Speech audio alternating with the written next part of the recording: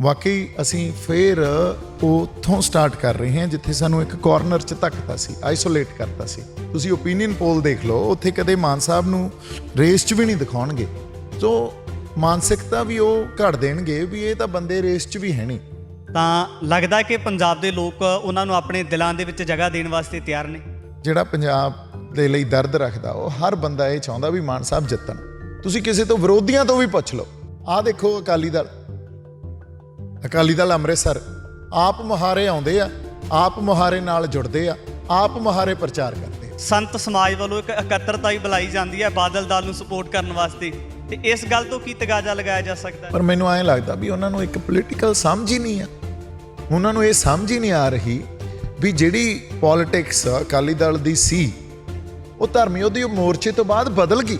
ਜੇ ਉਹ ਗੁਰੂ ਸਾਹਿਬ ਦੀ ਬਾਣੀ ਦੇ ਧਾਰਨੀ ਹੋਣ, ਜੇ ਇਤਿਹਾਸ ਦੇ ਧਾਰਨੀ ਹੋਣ, ਫਿਰ ਜੋ ਡਿਸੀਜਨ ਲੈ ਗਏ ਉਹ ਕਦੇ ਨਹੀਂ ਲੈਂਦੇ ਸੀ। ਸਿੱਖਾਂ ਦਾ ਆਗੂ ਆ, ਉਹ ਕਦੇ ਆਪਦੇ ਸੈਲਫ ਇੰਟਰਸਟ ਤੱਕ ਲਿਮਿਟਿਡ ਹੋ ਸਕਦਾ? ਉਹ ਆਰਗੇਨਾਈਜੇਸ਼ਨਲ ਇੰਟਰਸਟ ਤੱਕ ਲਿਮਿਟਿਡ ਹੋ ਸਕਦਾ? ਉਹ ਤਾਂ ਇਹ ਤੋਂ ਬਿਯੋਂਡ ਹੁੰਦਾ। ਉਹ ਤਾਂ ਗੱਲ ਹੀ ਕਿਸੇ ਹੋਰ ਲੈਵਲ ਦੀ ਆ। ਅੱਜ ਤੱਕ 70-75 ਸਾਲਾਂ 'ਚ ਜਿਹੜੀ ਵੀ ਕੋਈ ਦਿੱਲੀ ਸੈਂਟਰਿਕ ਜਾਂ ਸੈਂਟਰ ਦੀ ਕੋਈ ਇੱਥੇ ਪਾਰਟੀ ਆਈ ਜਿਹੜੀ ਦਿੱਲੀ ਤੋਂ ਚੱਲਦੀ ਆ, ਉਹਨੇ ਸਾਡੇ ਇੰਟਰਸਟ ਨੂੰ ਪ੍ਰੋਟੈਕਟ ਨਹੀਂ ਕੀਤਾ, ਸਾਡੇ ਹੱਕਾਂ ਨੂੰ ਲੁੱਟਿਆ ਹੀ ਆ, ਉਹਨਾਂ ਦਾ ਘਾਣ ਹੀ ਕੀਤਾ।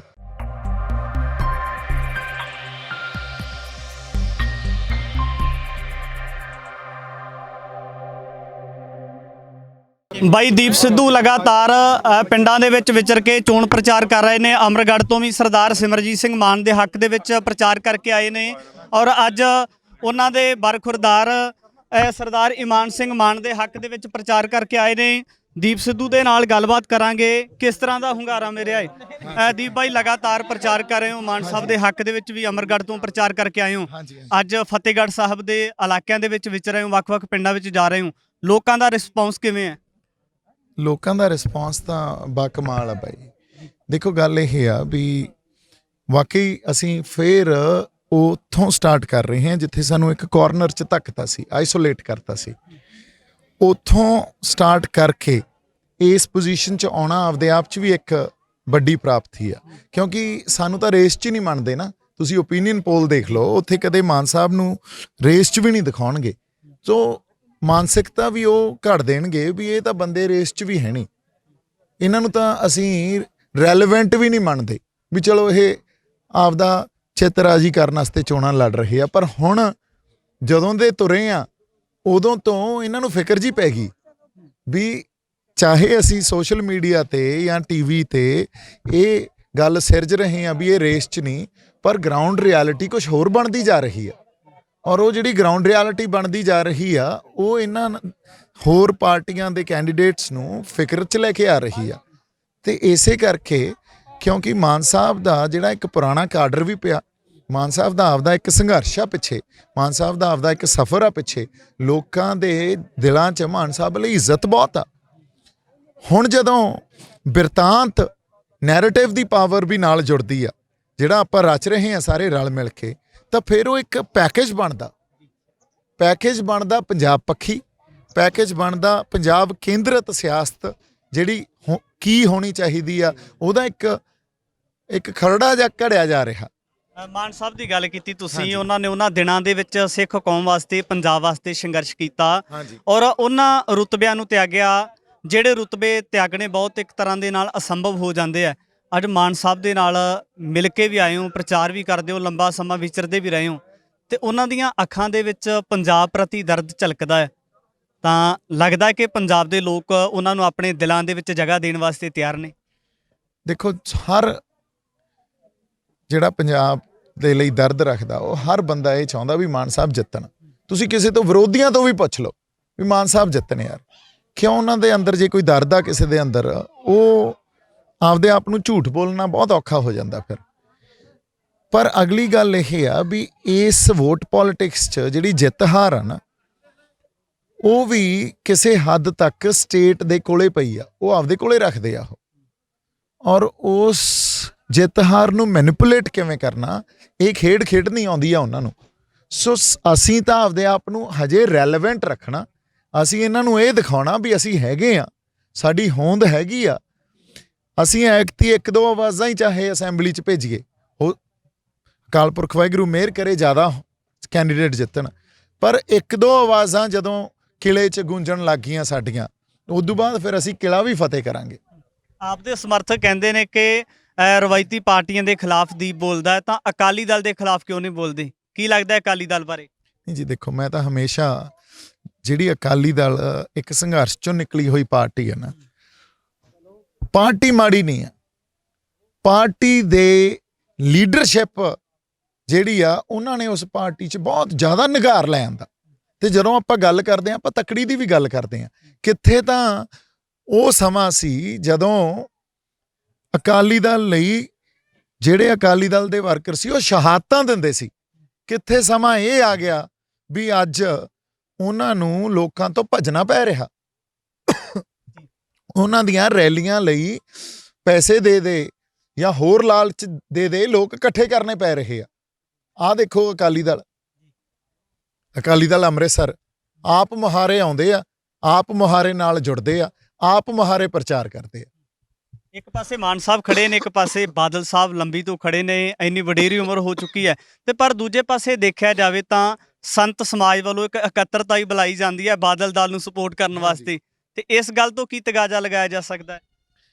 ਦੇਖੋ ਸੰਤ ਸਮਾਜ ਨੂੰ ਉਹ ਸਾਰੇ ਜਿਹੜਾ ਸੰਤ ਸਮਾਜ ਤੇ ਸਾਡੀਆਂ ਸ਼ਖਸੀਅਤਾਂ ਉਹ ਬੜੇ ਥੈਂਕ ਯੂ ਬਾਈ, ਉਹ ਬੜੇ ਸਤਿਕਾਰਯੋਗ ਆ, ਪਰ ਮੈਨੂੰ ਐਂ ਲੱਗਦਾ ਵੀ ਉਹਨਾਂ ਨੂੰ ਇੱਕ ਪੋਲੀਟੀਕਲ ਸਮਝ ਹੀ ਨਹੀਂ ਆ।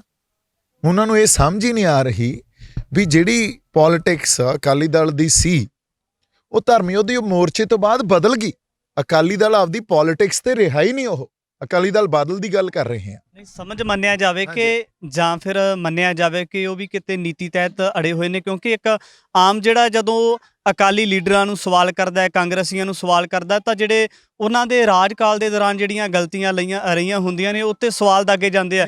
ਗੁਰੂ ਗ੍ਰੰਥ ਸਾਹਿਬ ਦੀ ਬੇਅਦਬੀ ਦਾ ਮਾਮਲਾ ਹੈ, ਕੋਟਕਪੂਰੇ ਦਾ ਮਾਮਲਾ ਹੈ, ਲਗਾਤਾਰ ਆਮ ਸਿੱਖ ਦੀ ਨਜ਼ਰ ਦੇ ਵਿੱਚ ਹੈ, ਤਾਂ ਇੰਨੇ ਸੁਲਝੇ ਹੋਏ ਇਨਸਾਨ ਜਿਹੜੇ ਗੁਰੂ ਸਾਹਿਬ ਦੀ ਬਾਣੀ ਬਾਰੇ ਜਾਣਦੇ ਨੇ, ਇਤਿਹਾਸ ਬਾਰੇ ਜਾਣਦੇ ਨੇ, ਫਿਰ ਉਹਨਾਂ ਦੇ ਚੇਤੇ ਦੇ ਵਿੱਚ ਕਿਉਂ ਨਹੀਂ? ਕੁਛ ਕਿਤੇ ਨਾ ਕਿਤੇ ਕੋਈ ਮਿਸਿੰਗ ਆ ਗੱਲ, ਇੱਕ ਪੂਰਾ ਲਿੰਕ ਹੀ ਮਿਸਿੰਗ ਆ। ਜੇ ਉਹ ਗੁਰੂ ਸਾਹਿਬ ਦੀ ਬਾਣੀ ਦੇ ਧਾਰਨੀ ਹੋਣ, ਜੇ ਇਤਿਹਾਸ ਦੇ ਧਾਰਨੀ ਹੋਣ, ਫਿਰ ਜੋ ਡਿਸੀਜਨ ਲੈ ਗਏ ਉਹ ਕਦੇ ਨਹੀਂ ਲੈਂਦੇ ਸੀ। ਸਿਰਫ ਇੱਕੋ ਹੀ ਗੱਲ ਬਾਬਾ ਧੁੰਮਾ ਜੀ ਨੂੰ ਆਪਾਂ ਪੁੱਛਦੇ ਹਾਂ ਵੀ ਜਿਹੜੀ ਗੱਦੀ ਤੇ ਤੁਸੀਂ ਬੈਠੇ ਹੋ ਉਹ ਬਾਬਾ ਦੀਪ ਸਿੰਘ ਦੀ ਗੱਦੀ ਆ, ਉਹ ਸੰਤ ਜਰਨੈਲ ਭਿੰਡਰਾਂ ਵਾਲਿਆਂ ਦੀ ਗੱਦੀ ਆ। ਉਸ ਗੱਦੀ ਤੇ ਜੇ ਉਹ ਬੈਠੇ ਹੁੰਦੇ, ਕੀ ਉਹ ਅੱਜ ਇਹ ਫੈਸਲਾ ਲੈਂਦੇ ਜੋ ਬਾਬੇ ਧੁੰਮੇ ਨੇ ਲਿਆ? ਕੀ ਉਹ ਇਸ ਤਰ੍ਹਾਂ ਹੀ ਕਿਸੇ ਇਹੋ ਜਿਹੀ ਪਾਰਟੀ ਨੂੰ ਜਿਹੜੀ ਆਪਦੀ ਪਹਿਚਾਣ, ਜਿਹੜੀ ਆਪਦੇ ਸਿਧਾਂਤਾਂ ਤੇ ਬਹੁਤ ਲੰਮੇ ਪਹਿਲਾਂ ਹੀ ਸਮਝੌਤੇ ਕਰ ਚੁੱਕੇ ਆ, ਕੀ ਉਸ ਪਾਰਟੀ ਨੂੰ ਉਹ ਸਪੋਰਟ ਕਰਦੇ ਕਿ ਜਾਂ ਉਸ ਪਾਰਟੀ ਨੂੰ ਤੇ ਲੀਡਰ ਨੂੰ ਸਪੋਰਟ ਕਰਦੇ ਜਿਹੜਾ ਸਾਡੀ ਕੌਮੀਅਤ ਦਾ ਰਾਖਾ 40 ਸਾਲਾਂ ਤੋਂ ਰਿਹਾ, ਜਿਹੜਾ ਸਾਡੀ ਸੋਵਰੇਨਟੀ ਦੀ ਗੱਲ ਕਰ ਰਿਹਾ, ਜਿਹੜਾ ਪਾਤਸ਼ਾਹੀ ਦਾਅਵੇ ਤੇ ਅੱਜ ਤੱਕ ਪਹਿਰਾ ਦਿੰਦਾ ਰਿਹਾ? ਸੋ ਇਸ ਲਈ ਕਿਤੇ ਨਾ ਕਿਤੇ ਕੁਝ ਮਿਸਿੰਗ ਆ। ਜੇ ਤੁਸੀਂ ਕਹੋ ਵੀ ਉਹ ਬਾਣੀ ਦੇ ਧਾਰਨੀ ਆ, ਇਤਿਹਾਸ ਦੇ ਜਾਣੂ ਆ, ਤਾਂ ਇਹ ਗੱਲ ਸ਼ੱਕ ਪੈਦਾ ਕਰਦੀ ਆ। ਫਿਰ ਦੂਜੀ ਗੱਲ ਇਹ ਆ ਵੀ ਜੇ ਉਹਨਾਂ ਨੇ ਸਾਰੇ ਸੰਤ ਸਮਾਜ ਨੇ ਅਕਾਲੀ ਦਲ ਬਾਦਲ ਨੂੰ ਸਪੋਰਟ ਕੀਤੀ ਆ, ਤਾਂ ਇਹ ਵੀ ਗੱਲ ਇਹਦੇ ਚੋਂ ਸਾਨੂੰ ਦਿਖ ਰਹੀ ਆ ਵੀ ਕੋਈ ਨਾ ਕੋਈ ਉਹਨਾਂ ਦੇ ਪਰਸਨਲ ਇੰਟਰਸਟ ਸਾਹਮਣੇ ਰੱਖ ਕੇ ਉਹਨਾਂ ਨੇ ਇਹ ਕੰਮ ਕੀਤਾ। ਜਾਂ ਤਾਂ ਹੋ ਸਕਦਾ ਆਪਦੇ ਜਿਹੜੇ ਅਹੁਦੇ ਉਹਨਾਂ ਕੋਲੇ ਹੈ ਉਹਨੂੰ ਬਹੁਤ ਉਹ ਜ਼ਿਆਦਾ ਮਹੱਤਤਾ ਦਿੰਦੇ ਹੋਣ, ਜਾਂ ਆਪਦੀ ਆਰਗੇਨਾਈਜੇਸ਼ਨ ਦੀ ਐਗਜ਼ਿਸਟੈਂਸ ਨੂੰ ਮਹੱਤਤਾ ਦਿੰਦੇ ਹੋਣ। ਪਰ ਜਿਹੜਾ ਸੰਤ ਸਮਾਜ ਜਾਂ ਸਿੱਖਾਂ ਦਾ ਕੋਈ ਆਗੂ ਆ, ਮੈਂ ਤਾਂ ਕੋਈ ਆਗੂ ਦੀ ਦਾਅਵੇਦਾਰੀ ਕਦੇ ਵੀ ਨਹੀਂ ਪੇਸ਼ ਕੀਤੀ, ਪਰ ਉਹਨਾਂ ਨੂੰ ਅਸੀਂ ਸਵਾਲ ਤਾਂ ਕਰ ਸਕਦੇ ਹਾਂ। ਜਿਹੜਾ ਸਿੱਖਾਂ ਦਾ ਆਗੂ ਆ ਉਹ ਕਦੇ ਆਪਦੇ ਸੈਲਫ ਇੰਟਰਸਟ ਤੱਕ ਲਿਮਿਟਡ ਹੋ ਸਕਦਾ? ਉਹ ਆਰਗੇਨਾਈਜੇਸ਼ਨਲ ਇੰਟਰਸਟ ਤੱਕ ਲਿਮਿਟਡ ਹੋ ਸਕਦਾ? ਉਹ ਤਾਂ ਇਹ ਤੋਂ ਬਿਯੋਂਡ ਹੁੰਦਾ, ਉਹ ਤਾਂ ਗੱਲ ਹੀ ਕਿਸੇ ਹੋਰ ਲੈਵਲ ਦੀ ਆ।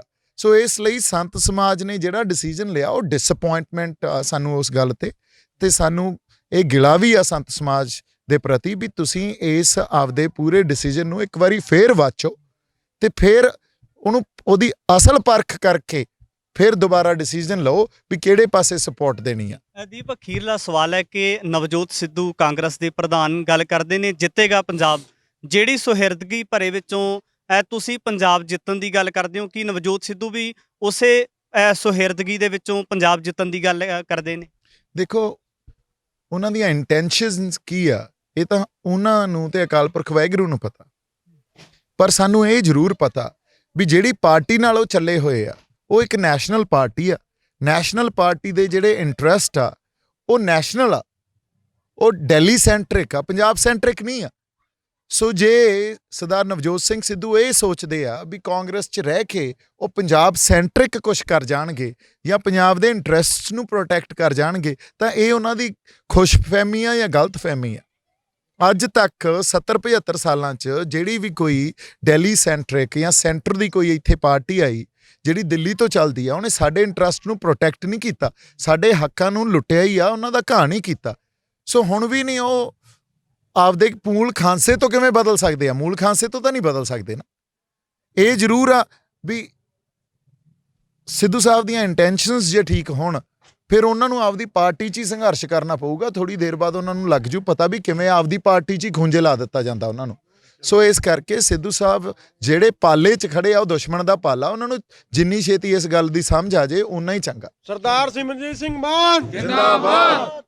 ਸਰਦਾਰ ਸਿਮਰਜੀਤ ਸਿੰਘ ਮਾਨ। ਫਿਲਮੀ ਅਦਾਕਾਰ ਅਤੇ ਕਿਸਾਨੀ ਚਿਹਰਾ ਦੀਪ ਸਿੱਧੂ ਦੇ ਨਾਲ ਗੱਲਬਾਤ ਕੀਤੀ ਹੈ। ਸਰਦਾਰ ਸਿਮਰਜੀਤ ਸਿੰਘ ਮਾਨ ਦੇ ਹੱਕ ਦੇ ਵਿੱਚ ਲਗਾਤਾਰ ਪ੍ਰਚਾਰ ਕਰ ਰਹੇ ਨੇ।